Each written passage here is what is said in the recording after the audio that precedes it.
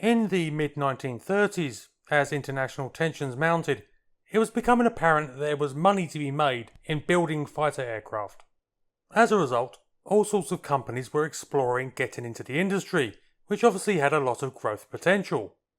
They probably didn't know just how much growth potential there would end up being. Anyway, one of these companies was Montreal-based Canadian Car Foundry, CC&F for short. This company built primarily railroad equipment and rolling stock, but with plenty of resources and engineering experience on hand, they decided to have a go at getting into the fighter market. If you've seen my video on the Grumman FF-1, you'll know that one of the first aircraft that they built was a licensed version of that, which they sold in small quantities. One of the issues faced by CC&F with the FF-1 fighter was that they needed the permission of Grumman, and therefore by extension the government of the United States, to sell to any foreign clients. This proved a major impediment to sales. What CC&F wanted was their own design, all Canadian, that they could both impress the Canadian government with and sell it abroad unhindered. In 1937, they hired a new designer to head their aircraft development and construction team. Michael Gregor, which is his anglicised name, sorry, I'm not even going to attempt his Russian name, was a hugely experienced aviator and aircraft designer. Born in Russia in 1888, Gregor had been a pioneer of Russian aviation, being one of the first pilots in the country in 1911. He had then helped found the first Russian aircraft and propeller factories, served in World War I, and then came to the United States in 1921. Naturalising as a US citizen, he had worked for a host of aviation companies, including Curtiss-Wright and Seversky, as well as building his own light aircraft for sale. For CC&F, he seemed the perfect man, hugely knowledgeable in aircraft design and production, including setting up such facilities from scratch.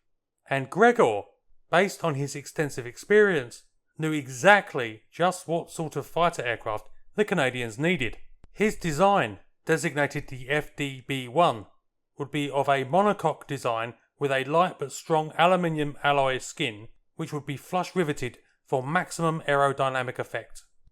It needed a retracting landing gear, again for reducing drag and improving performance. For the same reason, the engine needed a well-designed cowling. The cockpit should be enclosed and glazed with a good view for the pilot above and behind the aircraft.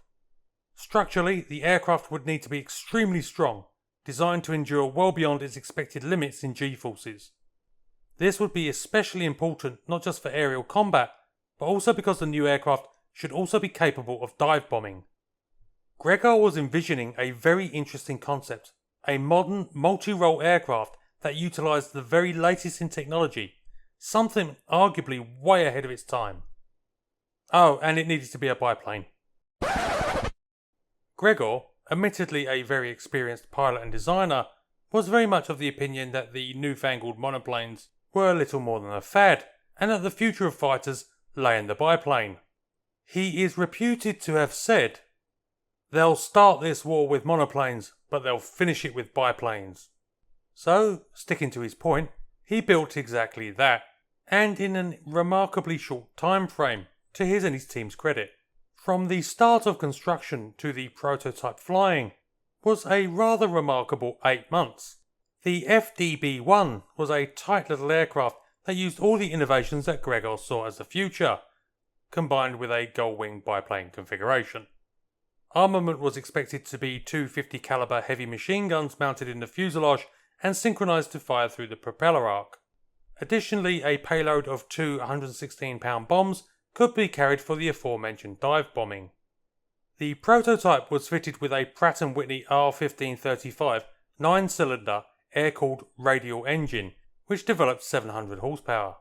It was in this configuration that the aircraft was tested by the Royal Canadian Air Force, who reported that the aircraft had a top speed of 261 miles per hour. For an aircraft of this type, this would seem pretty good. Except there were two important factors.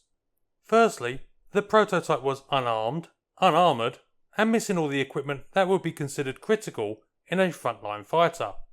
The RCAF stated that any actual combat model would no doubt have much lower performance. The second factor is that this was all taking place in December 1938. Now, to be fair, if Gregor had begun development in 1935, maybe even 1936, he might have been onto something. After all, the Royal Air Force had only started getting the Gloucester Gladiator, a biplane fighter, into service just over a year and a half before. But that time represented a quantum leap in aeronautics. As the FDB-1 was being tested, the Supermarine Spitfire was already entering squadron service with the RAF, and that had a top speed 100 miles per hour faster than the FDB-1. Gregor and CC&F may, and that's a very provisional may, mind, have built a great biplane fighter. They just built it 3 years too late. In fact, it's rather baffling that they actually did it at all. But they did, so oh well. Plus, not only was it thoroughly obsolete, the FDB-1 also had some issues, with the test pilot reporting that he was, quote, as blind as hell, end quote, trying to fly the aircraft due to the wing configuration. Of course, Gregor was nothing daunted, and apparently got very excited when, during a mock dogfight with RCAF Hurricanes, his little biplane proved able to outmaneuver the modern fighter at lower altitudes.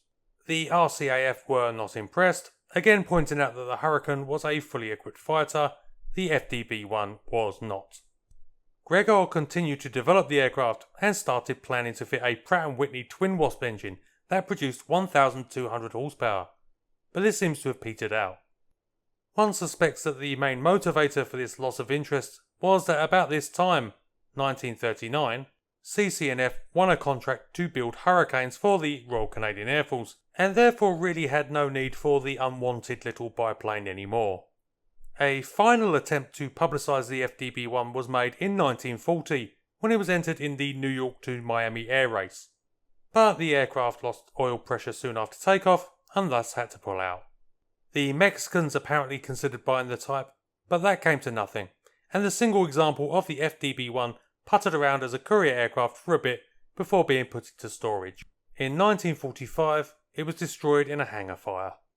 And that was the end of one of the most out-of-touch aircraft to have ever been built.